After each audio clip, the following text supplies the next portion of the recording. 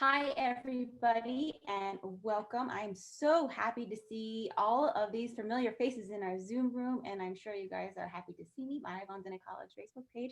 My name is Christine Ami, and I am the Navajo Cultural Arts Grant Manager, and I am here today with a whole bunch of wonderful Diné College staff to kind of give everybody an insight on our Navajo Cultural Arts program offering, as well as how do you get registered for classes in the spring session. So without further ado, Crystal, a little bit, would you like to take things over for us? Awesome. Sure. Good morning, everyone, staff, and those that are interested in attending NCAP or even just becoming a Diné College student. My name is Crystal Littleben. Kintlachitni na shlema idashkijni bashishchin bin petoni dashiche auto but ani dashinele. And I'm the program coordinator for the Navajo Cultural Arts program. So for short, we usually call it NCAP. So and what this session is about is just more of an informational session, and we thought that this is a good time to get everyone on the Zoom meeting, everyone to ask questions that they have about NCAP or even just becoming a Diné College student. We have staff here that are able to answer your questions regarding admissions, registration, our BFA programs, our advising and financial aid. So get your questions ready. Each of us are going to be having, we're going to be going over just a little presentation, then we'll have a Q&A afterwards. After each presentation, we'll have about a 5-minute question and answers. So we'll just get started, and we'll start with Christine. Christine will go over the Navajo Cultural Arts classes. I'm going to go ahead and share with you guys just kind of our course offerings that we have. Am I taking a look at the Navajo Cultural Arts classes? Yeah. The NCAP classes? Okay. We have 3 classes that we're going to be going over in the spring 2021. For the most part, 2 of them are going to be 8-week session classes, and the other ones are going to be a 16-week class. So we have the NCA 134, which is our Navajo Cultural Arts Philosophy class. This class is going to be taught by Kevin Berlin, and it's a wonderful class because it allows people to actually get into the philosophical understandings of what the cultural arts entails. And Kevin breaks down each of our emphasis areas to introduce stories, to introduce some songs that are culturally relevant as well as appropriate for the seasonal period. So we understand that this is like a tremendous amount of knowledge, but we make sure that those are all associated to the seasonal teachings that we're supposed to be providing. In addition to that, we have our NCA 136 class, which is by Hondo Lewis this spring. I actually love teaching this. You get to go inside of, how has the business systems been incorporated with our cultural arts since time immemorial. And so Hondo brings in all these guest speakers to talk about, the origins of the shoe game and how the shoe game associates back to our cultural arts and how does it talk about our economic system. There is a video presentation of Chaco Canyon, and it takes a look at the Navajo people as, the very northern areas of the Aztec Empire, in which we look at trade and commerce and all of these different interactions that are going across hemispheres and different from one ocean to the other ocean. So that's really nice. We also get an inside view and various trading post errors, taking a look at all the way up to the galleries, right, to the herd markets, the swaya markets, and ultimately, where do you want to fit in? Where do you want to be at in this very immense terrain of economics that exists for Navajo people within the areas of the cultural arts. And then there's my class. My class is our Navajo Cultural Arts Practicum class. I'll be taking my students from Practicum 1 into Practicum 2. That's an awesome class because we actually take Practicum 1 is all about gaining knowledge. So I teach students how to do ethnographic research, how to complement that with our traditional knowledge holders, and how to collect oral histories from our master artisans, to everything about how do I put together a artisan statement, how do we take photos. Last semester we had Gabby Cruz come in and do a quick workshop with our students on how do we take product photos, how do we not make our photos look better than what they are, but how do we make them look at the best that they possibly could be. And then practicum 2, which is what we'll be doing. And so this is great for everybody listening. Even though we are still in COVID-19, we're in the midst of it, we're still in distance learning. This class is all about giving out information. So our students are going to be hosting lectures, they're going to be hosting workshops, all online and accessible to our Diné College student population. So I'm really excited about those core classes that are going to be offered during the spring 2021 sessions. Okay, awesome. All right, thank you. And then I'm just going to go over the cultural arts courses. Just the NCA and the CA courses, most of them, they're cross-sectional. So if you take a course that's with the NCA, and then it also is cross-sectional with CA. All right, so just keep that in mind. So what we have in the spring, we're starting with our Cultural Arts 105, which is Intro to Navajo Weaving. We're actually going to be bringing in Velma Craig again. She's already our fall instructor, and she's doing an amazing job, and she already knows how to connect with her students, and she's utilizing Zoom, and she's been doing a lot of one-on-one sessions with them. And later on at the end of the semester, we're going to be posting a lot of our students' final pieces, so you'll get to see what they've been working on all semester. So the first class is going to be Cultural Arts 105, which is Intro to Navajo Weaving. And what that's going to cover is, and just so you know, that's cross-sectional with NCA 105. So they're the same course. Is an introduction to the basic fabrication methods in textiles as they relate to Navajo weaving. Students will learn basic skills such as traditional upright loom weaving techniques, warping and vertical design, implementation as an addition to the origin, purposes, philosophy, and historical development of weaving from the Diné perspective. All right, so that is our first course under the cultural arts. So all of our cultural art courses also, they are under SAHE, which is the School of Arts, Humanities, and English. And then our next one that we're going to be offering is the Cultural Arts 205, which is Foundations to Navajo Weaving. And that's going to be taught by Eileen Nagel. And Eileen Nagel is actually, she has such a huge impact to our Navajo Cultural Arts program, because not only was she a part of our first Navajo Cultural Arts Certificate Program cohort that she graduated with the Cultural Arts Certificate, she's also our instructor, and she's also taking our own classes as well. So she's an awesome person. And so she's going to be teaching the Cultural Arts 205 Foundations to Navajo Weaving, or it'd be called Advanced Navajo Weaving. So that's also cross-sectional with NCA 205.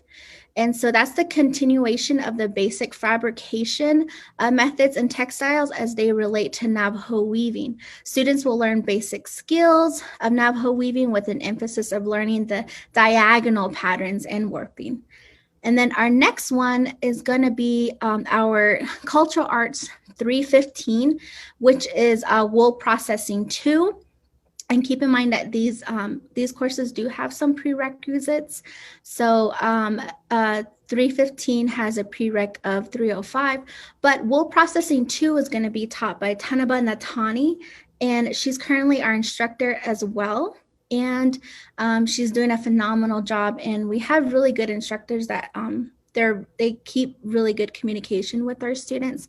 And Tanaba is also a part of she was a part of our lecture series. She's also she shows at the Herd and at Swaya. So the Wool Processing 2, what that covers is the introduction to the basic processes of dyeing wool related to Navajo weaving. Students will learn basic skills to dyeing wool the Navajo way. Students will experiment with vegetal dyes and aniline packet dyes and understand the uses of mordants. Students will dye raw wool, hand-spun skeins of wool, and machine spun wool. So students will experiment with dyeing protein fibers. So that's what that course is. And then our next one are another one of our popular courses is the silversmithing courses. So these courses, the first one's going to be Cultural Arts 108, Intro to Navajo Silversmithing. That is also cross-sectional to NCA 108. And if some of you here have already taken NCA 108 like years ago, or NIS 108 like with Wilson, they're all the same courses. So that one's going to be students will learn fundamental fabrication techniques required to produce earrings, pendants, bracelets using traditional Navajo silversmithing techniques. Students will be introduced to basic designs, studio safety measures, tools of the trade, and fabrication. And most of the emphasis will be, of course, placed on the importance of silversmithing to Navajo culture and the symbolism and stories portrayed to each design and through verbal and written communication. And so that's going to be taught by Lyndon Sosi. Lyndon Sosi is also a master silversmith. He's also currently our instructor this fall. So we do have a lot of our instructors that are teaching this fall. They're going into the spring as well. So they're already going to have an idea. They already have an idea of how they want their classes set up. Because I know this fall for everyone that, it's kind of like it was a learning process for all the instructors and faculty to learn how they would get used to this non-one-on-one or face-to-face teaching. So, and then the next course is going to be Culture Arts 208, which is the second level of Navajo silversmithing. So that's the foundations of Navajo silversmithing. And that's also going to be taught by Lyndon Sosi. So Lyndon Sosi is going to be teaching Culture Arts 108 and Culture Arts 208. And then we're also going to be bringing in Teddy Draper, and he's just down the road from Del Muerto. He's going to be teaching our Culture Arts 308, which is Intermediate Navajo Silversmithing. Again, these courses do have prereqs, and 308 is going to be covering a lot of the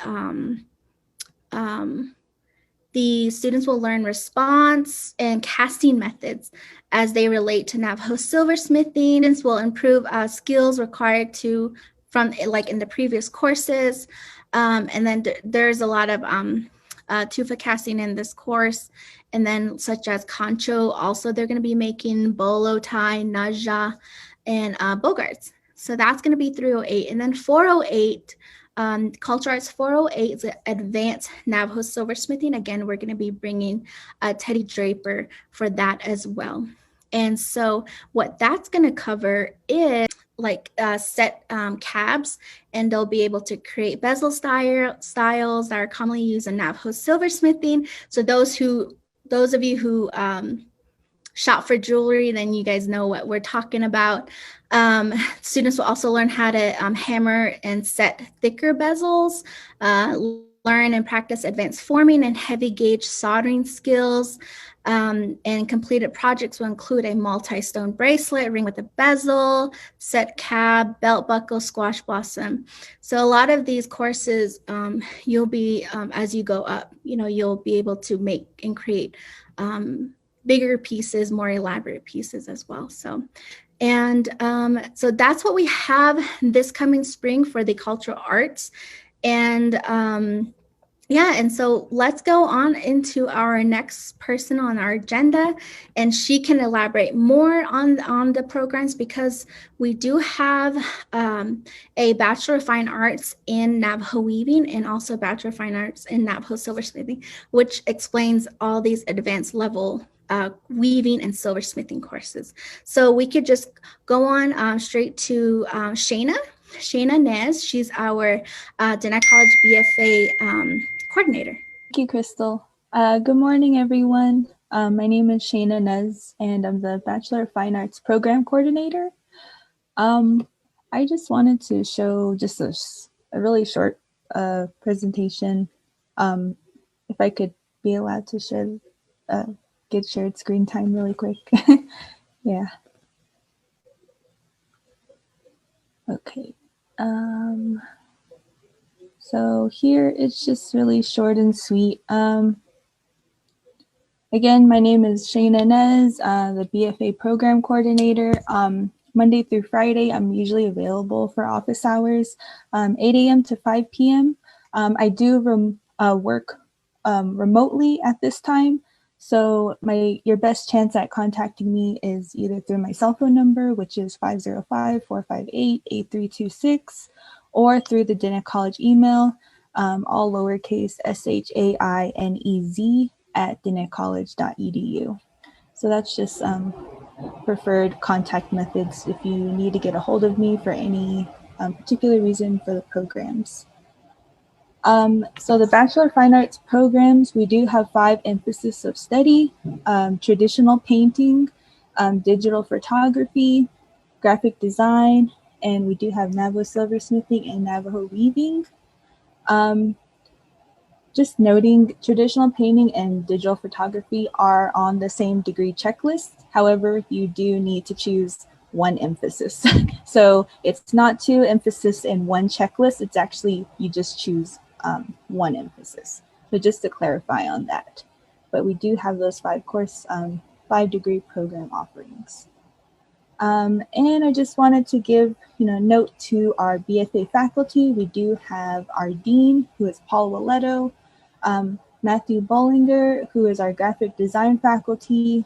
We have Don Whitesinger, who is our painting professor. And we have Dr. Carla Britton, who's professor of art history. And we do have Nanaba Sam, adjunct professor and also museum curator.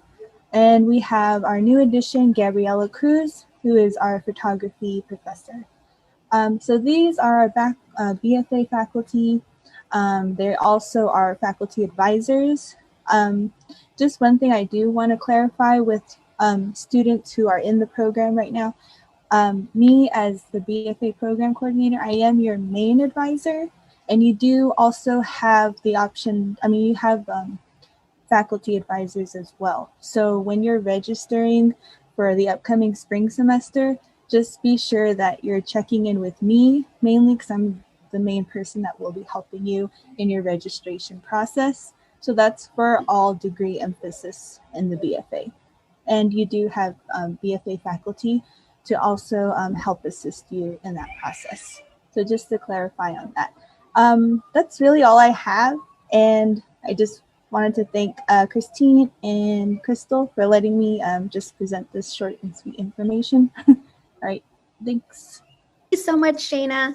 Again, I just would like to reiterate to everyone who are interested in any of our BFA programs, she's the person to go to.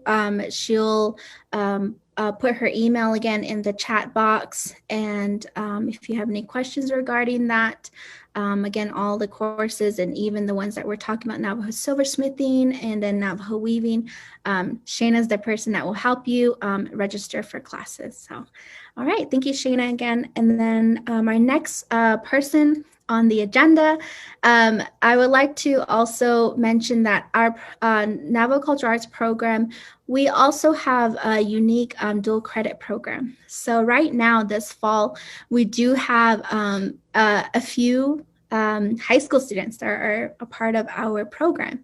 So we have our students that are taking 300 level Navajo silversmithing. Our high school students are taking 300 level Navajo silversmithing classes. So and that's why we thought it was very important to bring on our dual credit coordinator, Winifred Jumbo, so that way she can elaborate more on how, if any high school students are interested in even just becoming a Diné College student as well, and the perks of being a dual credit student, and also on the process. And so, so we'll have Winifred do her short presentation. All right, Winnie.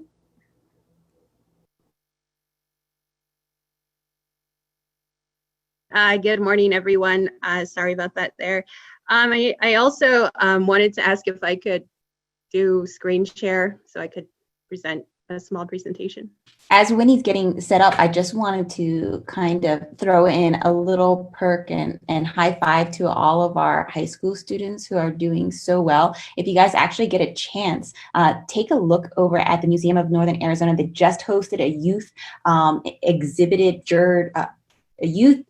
Jurd exhibit, and our one of our dual credit students who comes from Pinyon, Titus Burt, who's been studying pottery under Jared So and Adrian Herder, both DC alumni, and Jared is one of our adjunct faculty, took home first place in that show. So we're super excited about just the work that they're producing, and I can't wait to show you guys what our silversmiths are doing from the Deep School and from Navajo. We have Navajo Pine High School as well. All right, Winnie, all yours.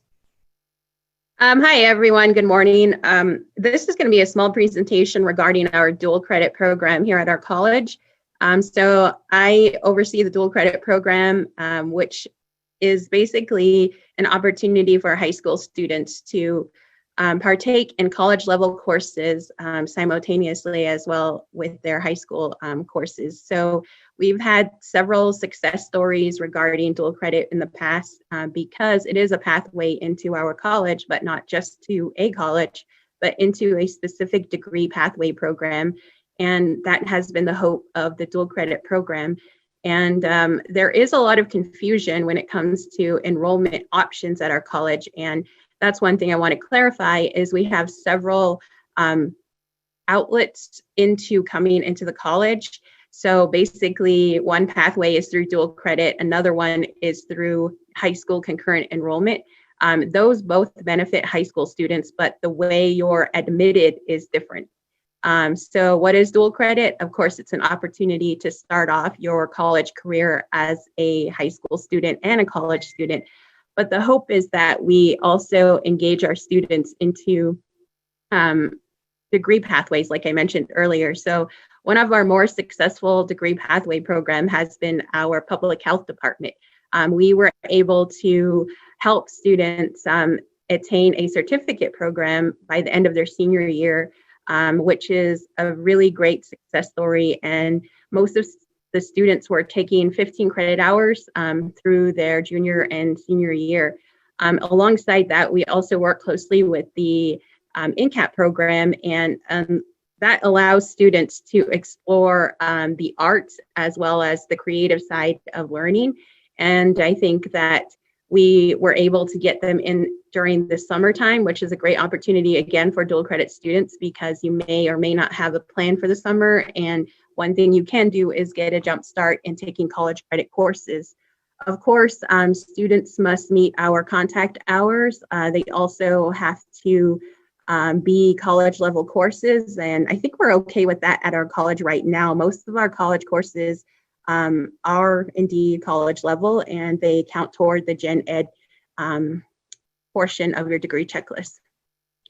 Now, there are several factors that come into play when we talk about dual credit. So I don't know if there are just students out there, but there might be administrators as well as high school teachers who are tuned in listening, because we also have a very lengthy process that we do complete for partnerships.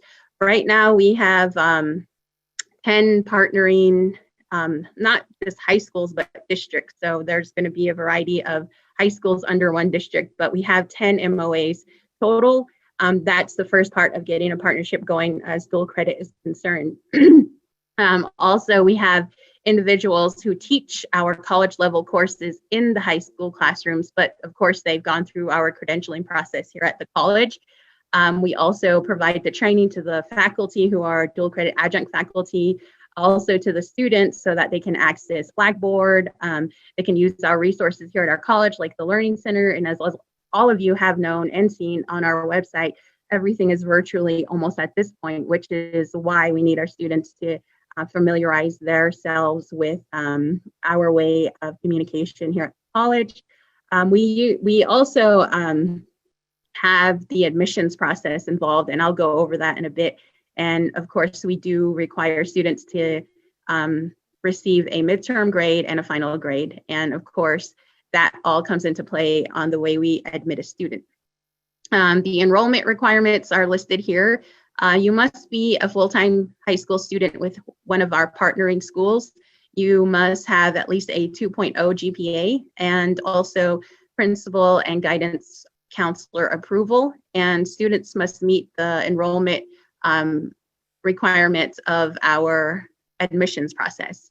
And then, of course, Diné College is responsible for waiving the tuition and general fees during the time of registration, and I'll go into detail in exactly what that means. So enrollment process, of course, we have our Diné College dual credit application. We also have our dual credit request form from each of our states that we partner with, which is Arizona and New Mexico.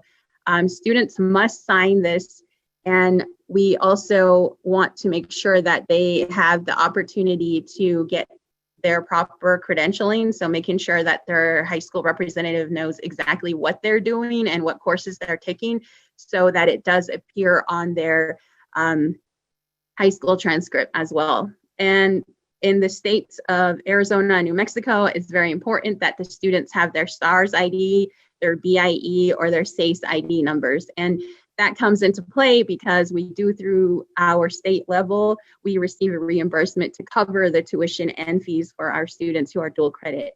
They also must submit their CIB if they are indeed Native American.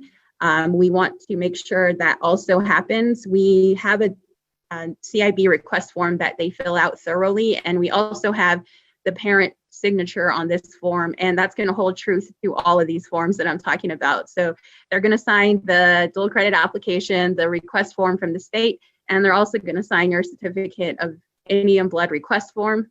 You must have the high school transcript also attached to your application. And right now we're doing high school transcript review to place students into English 101 and Math 110. Also, we have our Navajo language placement test already in part of the admissions process, and you must submit your official high school transcripts, and those are in progress, of course, and that's the packet. We do have the FERPA release form as well that you need to sign with your parent, or no, you don't have your parent sign that one, that's just a student. So those are some key details to the application process of becoming a dual credit student. There are benefits of being a dual credit student, and of course, we want to go over that.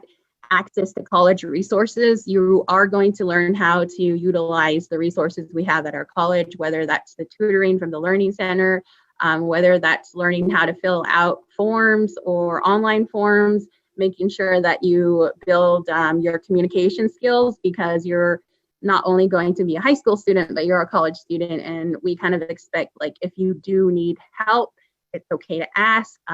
You're going to be using your email more frequently, probably. So those are some of the things that we try to encourage dual credit students to become familiar with. Of course, the transferability. Transferability is going to play a big role in your first year of being a full-time college student, meaning if you took English 101 and Math 110, we want to make sure that those two courses go along with you to whatever college you decide to go to. And our hopes is that you do come here to Diné College and begin your first year here. The convenience is that here locally, Diné College has always been serving our local communities, and we encourage students to take part in that. We also know that we were able to credential high school teachers to become adjunct faculty, and that's going to be specifically in Pinyon High School. We have 4 adjunct faculty teaching there, which is really awesome. They're teaching like Math 110, English 101, NIS 111, and also one of our physical science courses. So those are the benefits of, you know, the side of the staff as well as the high school students. The closeness to home. If you do decide to come to Diné College, you will already have your student ID. You will update forms, of course, but it's going to basically allow you to have a couple of semesters under your belt coming in as a full-time high school student. Low cost. The cost in this is that if you do pass your courses successfully with an A, B, or C letter grade, the states of Arizona and New Mexico will definitely reimburse our college to pay for your tuition and fees. And I think that's a great opportunity for everyone. So, but the key is that you understand that you're entering into college level engagement. So we don't want you to fail a course because when that does happen, you will have to use your own personal means to cover the D or F that you received. And again, this is going to be a push for you to say, well, I am a college student, so I'm going to have to take this course seriously. I want to pass. I want to get my tuition covered and also the fees covered. Where the textbooks come in is that in our agreements, we have the high school district know that they will be responsible for the textbooks. So that's one thing I want to mention when we talk about being a dual credit student. Lastly, student success. Again, that goes into the fact that you're starting to build your your college transcript, and that transcript will follow you wherever you may go. And we want to make sure that it's a good transcript. And we have seen some success. Like I said, our hopes is that 2 students from one of our partnering school, which is Northwest High School in Shiprock, they're going to have a certificate, hopefully next May 2021, as high school students receiving their high school diploma. So I think that's like the greatest accomplishment. And I already talked about the course payment. Of course, we receive funding from the state of New Mexico through the legislation Untitled TCU fund. And then in Arizona, we use the unclaimed lottery funds. So that's where the monies are coming from to cover your classes. Again, I already talked about some of the proposed courses that you could take if you're really uncertain of what you want to do. But I think Crystal and Christine have already explained the pathway to NCAP. And those courses are the foundation level courses that you can partake in, like intro silversmithing, intro Navajo rug weaving. But the hope is that you take those courses and you actually start building your degree checklist and receive your certificate at one point or another. And then I want to mention again the public health certificate program. We have sequenced the courses. So we have that on, I believe they shared this on one of our, I think it's the Diné College Facebook page, but basically we sequence the courses for 4 semesters, and that will benefit a high school student. So their junior year, they come in and then they finish their senior year in the spring semester. So those are some thoughts on dual credit. Dual credit, you have to pass with a successful letter grade, and the state will take care of you. But if you fail, you're going to have to come up with those personal funds to pay for your courses. High school concurrent enrollment, on the other hand, is a 100% investment from your family to take the classes, because you will pay for the fees and the books and the tuition as a high school concurrent student. And you can take pre-college courses as a high school concurrent student. So those are the differences. I hope I made sense. But if you guys do have questions for me, I will definitely be available. Right now, again, I'm working telecommute, and I believe the best way that you can get in contact with me is through my email, wbjumbo@dinecollege.edu. And I'd be happy to answer your questions. And if you go to our Diné College homepage, if you go under academics, you'll find a dual credit tab. And thank you again. I hope that was helpful. All right, awesome. Thank you so much, Winnie, and for explaining the dual credit process and the difference between dual credit and a high school concurrent student. So let's go on to our services. So I know a lot of our interested in Diné College students, they have questions about admission, they have questions about registration, financial aid, advising. So next on, we're going to be bringing on staff that are going to be covering the services that Diné College provides, and they'll be able to explain more about the process and how it goes. So that way, you'll be more aware of how Diné College is functioning through telework, and because a lot of our staff are not in the office right now. So, all right, so we'll get started with our first department, which is going to be admissions. So our Diné College admission rep is here, and it's going to be Jaren Benali. Thank you so much for joining us. So I'll let you take over now. Good morning, everyone. Yeah, 誒，我哋今日咧就會講下咧，我哋Diné College嘅admission嘅process。咁咧，我哋咧就會有3個 part 嘅。咁第一個咧就係我哋嘅 admission 啦。咁第二個咧就係我哋嘅 registration 啦。咁第三個咧就係我哋嘅 financial aid 啦。咁第四個咧就係我哋嘅advising 啦。咁第五個咧就係我哋嘅 My name is Jaren Benali, Twahan Nishla, but Ani Bashichin, Lashir Cheto, Twahan Dashanele, Twitter Ade Nasha. Again, my name is Jaren Benali. I'm the admission officer here at Diné College. I've been with Diné College for over 7 years. I've been through various departments, and with admissions, I've been here for going on a little 3 years. So with that, I do have my coworker. Her name is Rayanne Law. She's the admission specialist. So what I'll be covering is the admission process. So if you're a continuing student planning to register for the spring, all we request is that you go online and do the continuing student application. And what entails that is you have to log in. When you do the continuing student application, you have to log in using your username and password. And then it just asks you general questions from your name update to your mailing address, your contact number update to the degree program you're going to continue seeking into the spring. And those are for the continuing students that want to apply right now. Registration is open for this spring. But if you're a new student coming in, thank you, Christine.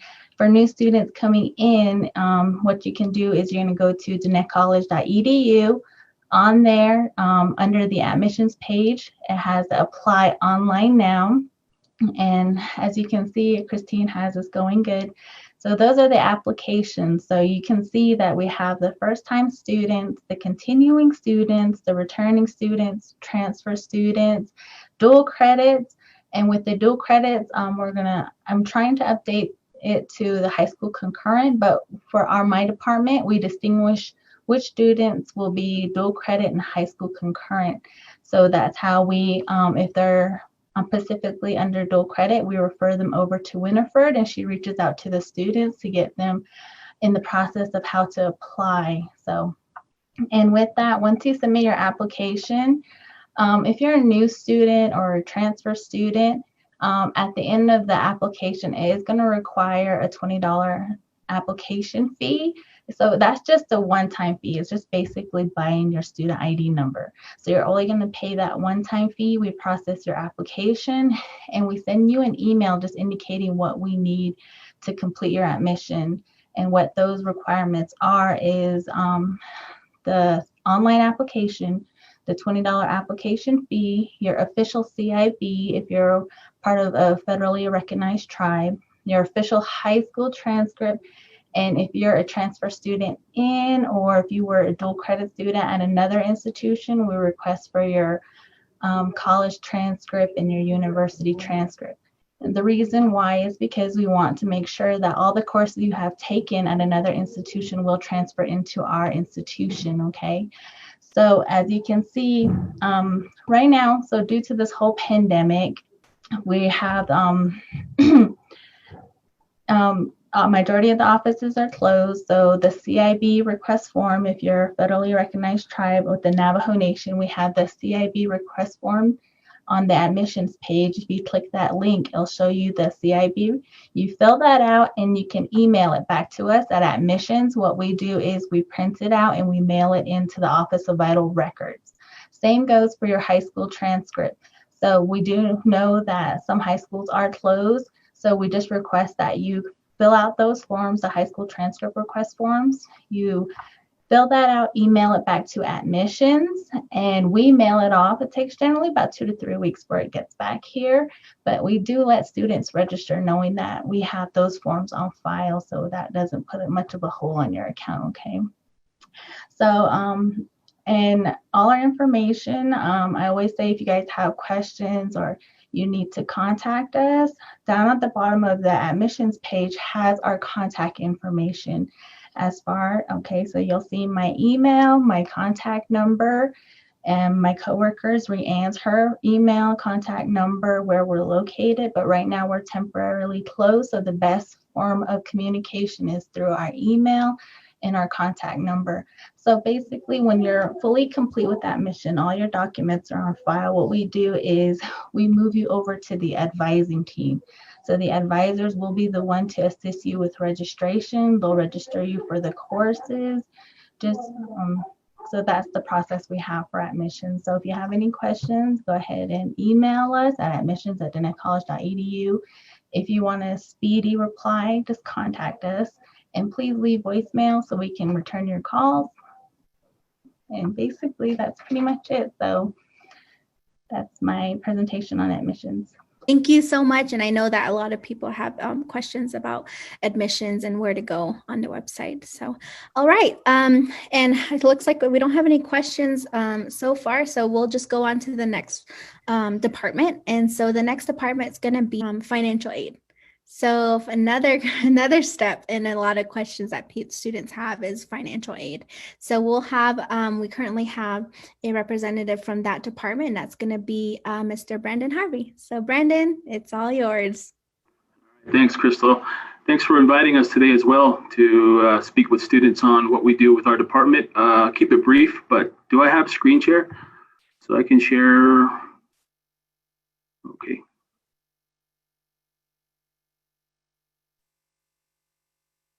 I have a little presentation for basic information.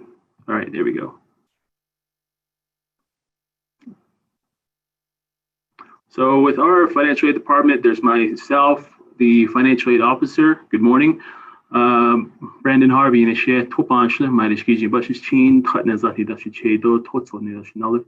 And our manager is Nolan Begay. He's currently on telework today. Then we also have Justine Dick, who is also our financial aid coordinator. And then we have Shannon Jim, who is our data analyst for the department as well. We have Norma Willis, and this office here, we take care of students for the main campus here at SAHE, for Window for Chinle, and then for Shiprock, they take care of the Shiprock campus, the Crown Point campus, and also Tuba City students as well. So step one in the process of how to pay for college, we do have ways. We offer grants with the Department of Education, and we also offer scholarships that are internal and also external. And the first process for students that we have them set up with is FAFSA. So FAFSA is their free application for student aid. So it starts in the summer and it runs till fall and spring, and that is the cycle for one academic year. So for this year, we're currently in the 2020-2021 FAFSA. And the 2021-2022 FAFSA is also available for students at this time. So that one will start in fall of 2021. And scholarships and grants, Diné College, we offer several of them. And I do have a couple of them listed here. I myself oversee scholarships for the department. So we do offer, right now, we currently are going into spring semester. So Diné College does not participate at this time in student loan programs. And how do we apply for federal student aid? So first, we do direct students to the FAFSA website. You are able to apply for the new academic year, which is currently the 21-22 back in April. And next year's will also start in April as well. Don't forget to print and save your information when you do set up your FAFSA information for your student report. And also, right now, currently students have access to both of these. So if they wish to apply for spring or they wish to apply for summer next year, it's going to be 2020, 2021. And if they wish to apply for fall and beyond that point, it'll be the 21-22. And I just listed the FAFSA ED.gov website there that students can be directed to. And it's pretty straightforward once you get into it. A couple things you will need is your student, if your driver's license, if you do have it, your tax information for the current year. We'll go into tax information that's going to be available for students in coming slides, and basic information and personal information that will be needed of you. Depending if you are a dependent student or independent student, it will ask you for certain information. So what you'll need to apply for FAFSA, applicants can follow information that's requested of them, but currently it's 2018's federal tax returns for dependent. And if it is a dependent student, they will require their parents' federal tax information as well from the same year.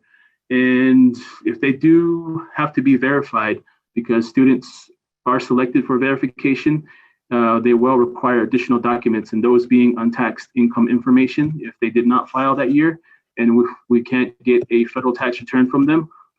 They will require that, and it's usually information for beneficial programs that they are receiving funds from.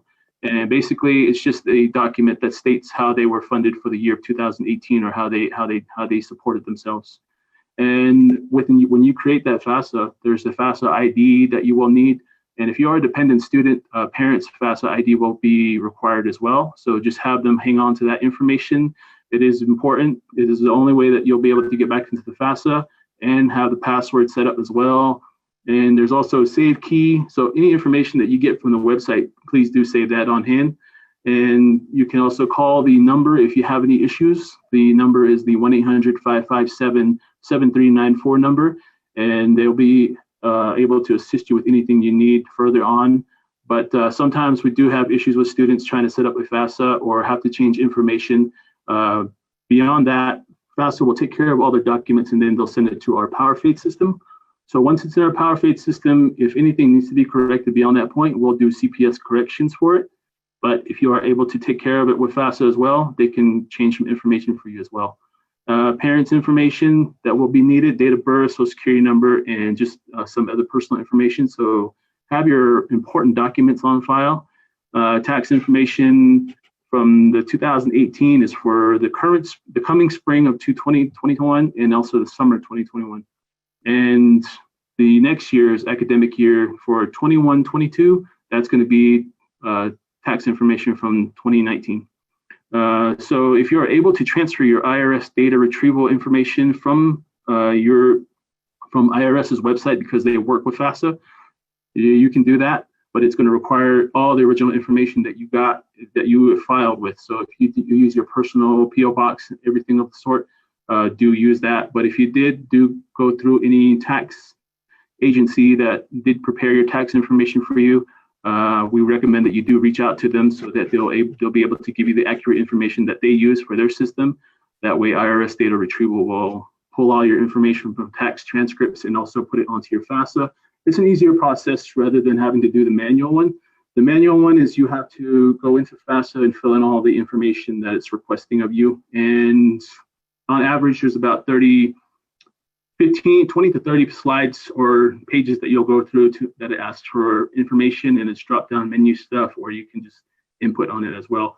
And again, with the Department of Education, and if you have any issues with that as well, there's also that number you can give a call to right there, Monday through Friday from 8 to 11, call customer service representatives. But we do our best to help our students the best way we can with what we have on file. We never really have any issues with students setting up or sending in documents for themselves. But if it's something beyond our control that is in their system, this is the information that can be requested to the student. And if they need that, they can always reach out to our email or give us a call, and we'll be happy to assist them to get their stuff set up through FAFSA as well. And in order to review your financial aid eligibility, just a couple of things that will be needed. All students have to do a financial aid data form.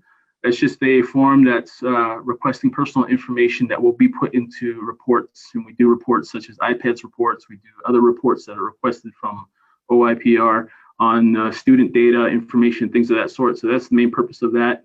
And degree checklists and your class schedule. That's going to be for the spring 2021 semester. And your 2018 W-2s, if you haven't submitted them yet. And just your 2019s will kick in the fall of 2021. And if you have your tax returns on hand, great. We can take those documents through scan form, or you can fax it to our office. And in the chat box, I'll include our fax number, our mailing address if you choose to do mailing, and also our email and our office number to reach all of us. So 2018 tax transcripts or the tax return itself. And then that's also going for 2019 if you are a verified student, and we do need those on record. And again, anything that will support and benefit you as well in your documents and what is requested through untaxed income, and your full admission through the admissions office, and also having a transcript from your previous college on file or high school. And signing your award letter and book vouchers. So beginning of the semesters for spring 21, we are currently awarding students. We started awarding back in November, Our coordinator's been working pretty hard on getting students admitted and recertified for next semester, sending out award letters to students. This is basically what it does look like. This is the document that you do get through your email. We have everything on file for you. So if in that submission process, it'll tell you your Pell Grant amount and what you qualify for and your authorization. And at that point, if you need books for the semester, if you know what books you need, you can also request that, get that bookstore credit from us, and we can allow a certain amount for you to get your books. And that includes anything from the bookstore that you need. So for this program, the NCAP program, I do know that the students need their supplies that they do for fine arts and things of that sort. So you can get those things at the bookstore, and then your books as well. We have the Follett website that I'll provide here in a minute, but we started full authorization for students, and after next week, the 16th is when Wednesday is when students reports come in, transcripts will be finalized, and that's when we'll start doing student SAP, student academic progress for next spring. And bi-weekly thereafter, scholarships will be available. When school starts in January, if students are receiving scholarships right that Monday, we'll get them out as soon as possible. We do offer, the college does offer direct deposit now. So if you want any information on direct deposit, do ask us and we'll forward your information to the finance office and they can give us that. We also have the forms that they gave us. We can forward that to you to fill out as well and give back to them, and you'll go into their direct deposit system. And we started first authorization for spring, and January 13th, we're looking at the first disbursement of Pell. Hopefully everything does work out so that we can start getting students awarded that first week of classes. And for Follett books, this is the website that you do go to. If you do request this website, do go to our finaid@dinecollege.edu website, and we'll be happy to share this website with you. But this is some screenshots here that basically shows what the process is. You can put in your program, your term, and the division that you're part of, and it'll show you the books that are required of you. And Diné College, we've been utilizing this online service for years. And if you do have your Pell awarding, or if you have a scholarship awarding, you're able to use bookstore credit for the semester. And if you are renting, you do have to provide your credit card information as well for late returns or anything of the sort, or damage to the books or damage to anything that you do use that is rental. And applying for scholarships for the semester, scholarships are an excellent source of educational assistance for students. So it is competitive for some scholarships, but if you start the application sooner rather than later, you have a good chance of being awarded for the semester. So we do work with Navajo Nation ONSWA. Students can get an award from at least $250 part-time to regular, which is $2,500, to Chief Manuelito, which is $3,500. And the deadline for that one was November 25th of 2020 for next semester, for this fall, for the spring, and also for summer. They haven't listed a new deadline on there, but that is pretty much in the fall is when they complete their progress, and then they start again for next year. In American Indian College Fund, they usually fund students from 5,000 to 8,000, and then they have TCU, which is Tribal College University Scholarship. They give us full control over that to award students. And the deadline for that one happened in October. We did close that scholarship, and then we did review, and that's a two-part scholarship. So any students that got selected for that are getting it for the fall, and they're going to get it for the spring as well.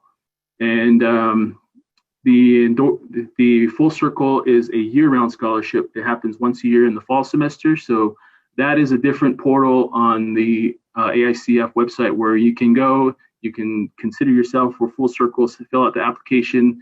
But if you aren't considered for it, they do put you in for TCU so that we can evaluate you as well. It is most of our funds are financial need.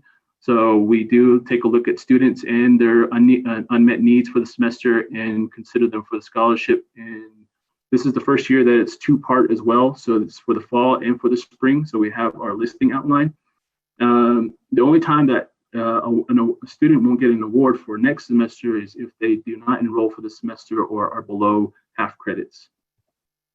And American Indian Services is the June 1st deadline happened for this fall 2021 is going to happen. So next semester in June, in 2021 is when their deadline will happen for that one. So you can take a look at their website now. And this is for the terms that start in August and January as well. So January is going to be award 4. And that one, the deadline is October 1st for 2021 for next semester. And the website is provided. And local chapter houses, they do have varying deadlines for students. We have over 80 chapter houses who do fund students from different areas, from Arizona, from New Mexico. So take a look at your local chapter to see what they have available for you. The Cobell Scholarship as well. There's the undergrad that is available for students. They do 2,000, 2,500, and March 31st is usually their deadline. So I moved it up a year, but they haven't listed anything on there. And currently for this year, it is closed for the semester. So when we do a Pell Grant review for students, we do take a look at their GPA, their completion rate, and their maximum time frame of finishing courses. So this semester, starting today or starting in November, we were just waiting for students to finish their courses. So once next week hits the Wednesday and we do get final listing of grades, we'll start doing SAP, which is the Satisfactory Academic Progress for students. And we take a look at the maximum time frame for students, but as listed by U.S. Department of Education, you have to have met your course credits by 150%. And I did outline there, AA and business admin, for example, 69 credits, and you times that by 150%, you have to have met the maximum time frame by the 103 credits.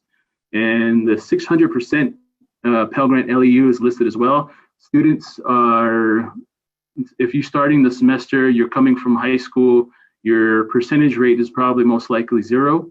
And you can utilize Pell up to 600%. And then each semester that you are enrolled a full-time student, that's 50% that you do use. If you're part-time, that's 37.5%. And then half-time is 25%. And then below half-time is going to be 12.5% usage. So that does add up. And then once you hit that 600% rate, Pell Grant will no longer be available to the student as a means of assistance. And that record will follow you to any institution that you do go to beyond Diné College. They'll keep a record. The COD has a record of how much you utilized here before you move on to your next program. It does keep track through your associates and through your bachelors as well. So keep that in mind. And any grades that we do receive that's not an A, B, or C will not be considered a passing grade and could affect your eligibility for financial aid in the future. If students do get a warning for their SAP if they didn't pass their courses or do well in them, but if they did, they will be in good standing. And if they don't pass their courses for 2 consecutive semesters, they'll be on suspension. And at which point we can have them do a appeal suspension for the upcoming semester. And this is our listing here of how we read that. 2 qualification standards that we follow is that students, if they're full-time, part-time, all the way down to less than half, have to meet those credits. And the other thing that we do consider is their GPA for 2.0 as well. And just to give you an example of how we do SAP, it's just student A over here, Jane Doe, is taking these courses. She did really well on them. So she's going to get all course credits for it. And her GPA, her term GPA is what we look at, is 3.69. So she will be considered good standing. Move her on, get her awarded for the semester, and so she can go about getting her books, course ready, and everything she needs for the semester. And Jane Doe on this side, John Doe on this side is passing 2 courses, but didn't meet 2 of them for the semester. So therefore won't get the 7 credits for the 2 F letter grades that he has there, and term GPA is below. So we'll have to put him on warning for the semester. That's just an example. I wanted to show you how we do SAP. And before you leave for the semester, this semester, do ensure that you have all documents on file that for the spring semester. All we request is an updated degree checklist, which most advisors put into the system, the share file system, where we can print it. And we also have access to students' class schedules, so we can get that as well. And I think most students did take care of all of their financial documentation back in the fall. And the only ones that we'll be requesting documents from is for the spring students who are entering and coming on in the spring semester. And we started pre-awarding in November, and we're going to continue that into January. And our Net Partner homepage is the homepage that we use for status updates to students, their application, any forms that you'll need from financial aid, we have it on there also, and any documents or messages that we have left for you as well. And the award process, your award letters will be sent here. You'll have a listing of all the awards that you've gotten since you started Diné College, the disbursement process as well, and our financial aid disclosure information also. So if you need help with this, we can also reset your password on PowerFades and get you set up for the semester. And our information there is finaid@dinecollege.edu.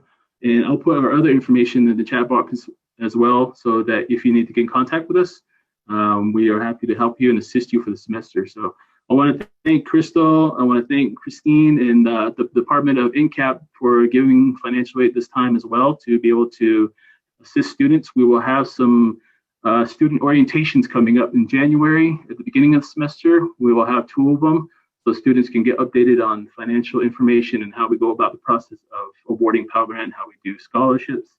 And I do have a presentation for students tomorrow from 10 to 11. That's just going over a new platform, which is Award Spring. We're going to use it. It's a whole digital platform for scholarships. And then we are no longer going to be doing paper copy submission scholarship information. It's all going to be on Award Spring. So more information on that tomorrow if students do join. And if you do want to join as staff as well, I can give you the information for that and when the semester starts. Okay, thank you. All right, awesome. Thank you so much, Brandon, for that thorough presentation on financial aid. Again, if you guys want to learn more, he said he's going to be presenting tomorrow. So keep a lookout on your Diné College emails for that. So before we go on back to advising, I just wanted to reintroduce Christine. She's going to go over one of the perks of being a part of NCAP, and that is actually our NCAP scholarship. So, yeah. All right, Christine. Thanks, Crystal. Just a quick plug once again for the program. We are not our certificate, both of our certificate and our 2 BFA programs are all eligible for Pell Grant and financial aid. So it's super important if you guys jump on to our program to just do the FAFSA. I know it takes like a hot second, but you can totally just take a hot second and just get it done because we are eligible for those financial aid opportunities. Take advantage of it, guys. You guys actually get funded to learn the cultural arts, so why not do it? And then in addition to that, as Crystal said, we have a special, we are currently grant funded. And so that gives us a lot of perks, but specifically for our students, we actually host out of that grant a pot of money reserved just for student scholarships based off of merit, meaning that it's not based off of financial aid need, it's based off how well you do in your classes. So the higher the grades that you get, the higher the reimbursement that you receive. And so we do have a scaled based upon your semester GPA. So if you gather a 3.75 to a 4.0 GPA, which is totally doable, you receive 100% of your tuition back. And so essentially that's how that merit-based scholarship runs. So if you are able to maintain a 3.25 GPA or higher, there's some sort of financial benefit in terms of reimbursement of those funds that you've put into your own education. So I just wanted to mention that as well. Awesome. Thanks, Christine. And you can talk to our current NCAP students and they'll be able to let you know that that's what happens, and also our past students. So so we award you for doing good. So our last presenter is going to be, she is actually the peer mentor coordinator, Trisha Roy, but she's also in the same hub as the advisors, and she also advises students herself. So we'll give the floor to Trisha. Hi, thank you, Crystal. Good morning, everybody. Again, my name is Trisha Roy. I'm the peer mentor coordinator here at SAHE main campus. I also do advising for majority of our applied science students. So just a really quick run through on advising. Once you finish the admissions process step, you are connected with an academic advisor. An academic advisor will help you pick your classes, as well as go over a degree checklist. And that degree checklist is basically all the courses you need for the specific major you have. We do have we do have a lot of different advisors in different kind of departments or programs. So we do have a disability support service advisors who she works with a lot of disability students. We do have the first year experience coordinator. So I think the NCAP high school students, when you do decide to transition from your high school and come on to Diné College, you would be connected with Stephanie Jim, and then she'll be with you that whole academic first year. So you'll be working closely with her. We do have Johnny Baya, who is the Navajo language culture specialist. I think he works closely with Crystal and Christine advising students. So academic advisors, we help you pick out your classes, what classes are on your degree checklist, and then basically just letting you know these are the classes you need to take to obtain this degree. We also are with you every step of the way to ensure you have a successful academic semester or year. We also do drop and ads, change of majors, and then just any other questions you need. We are here to help you. I can leave our email and contact information on the chat. And I think that's basically it. So that's everyone. Those are all of the departments that were able to come onto the Zoom and to provide their department information. And thank you guys so much for coming on and for presenting. And I'm for sure that this is so helpful for everyone, for those are in the Zoom and those are watching on the Facebook live feed. Before we close out, I just wanted to let everyone know that everyone that presented during the session, their emails are actually in the live feed comments, but they're also in the chat right now in the Zoom. And currently we do have, we do have the 2021 spring semester online early registration. So that's taking place for currently enrolled students. So you have two options to register. You can register online, or you can register with the help with the admissions office. So continuing students, your outstanding balance has to be $150 or below to be able to register. All right, so if you have like $156 on your balance, so just make sure you get it to 150, and then you'll be able to register for classes. And again, the same thing, registration process, you will be able to meet with the advisors, admissions, and the registration department. So, and just wanted to let all of you know that. And the phone numbers again for the cashiers, if you want to know your balance, is 928-724-6684 or 928-724-6687. And again, I also wanted to mention to everyone that the tuition and fees for attending at Diné College, usually the tuition is $50 per credit hour. And we also have the first-time applicants, $20 you would have to pay. And then we have a technology fee of $20 and then an activity fee of $25. But just so you know, just like this fall semester, Diné College is also going to be doing the half-off tuition grant for the spring as well. So, so tuition will be half off. So you will be able to take courses with half the price. So everyone, thank you all so much and for attending. And I really hope that this was beneficial information for you. And I hope this also helped other staff in other departments of how the process goes. And for sure that, you know, that has helped us too. So, and then thank you so much for everyone again. And then again, if you have any questions, oh, and then we have a quick question coming in. Current students not enrolled in NCAP program must apply to that particular program. Do they have to be part of the program to take NCAP classes? No, not anymore. So NCAP certificate program is no longer a cohort basis. That's how we used to have our semester or our whole academic year based off of through cohort. But starting the past summer, we opened our courses to anyone.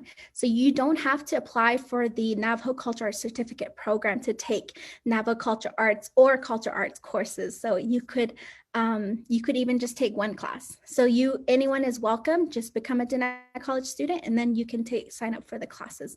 And before we end, I don't know if Christina has anything else to share.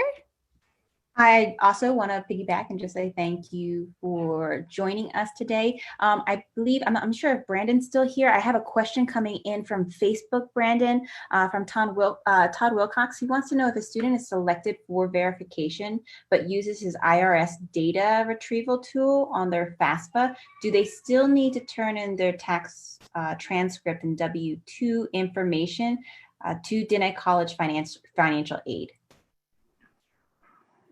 Only if it's requested. We have to have a folder that has all their verification in it if they're verified. We will see that IRS data retrieval information that is brought in from IRS. We will still need those on file to go into their folder. So, you know, just for audit purposes, when the auditors come in and they take a look at student folders, all that information is in there. So we do need it on file. Awesome. So Todd, you got that? Help us not get in trouble and just submit them. So that's all. Thank you guys for joining us. And once again, if you do have any questions, reach out to us and we can help funnel you to those specific offices. And please join us. Take some NCAP classes, take some Navajo Cultural Arts classes. We have these extremely unique programs. They're not offered anyplace else in the world except for here at Diné College. So please take advantage of working with such wonderful master artisans that we bring on board. You're never going to regret it. I can guarantee that. So have a great day, guys. All right, everyone, take care of yourselves, mask up, and practice social distancing. And that's all we could say is just take care of yourselves. All right. Bye.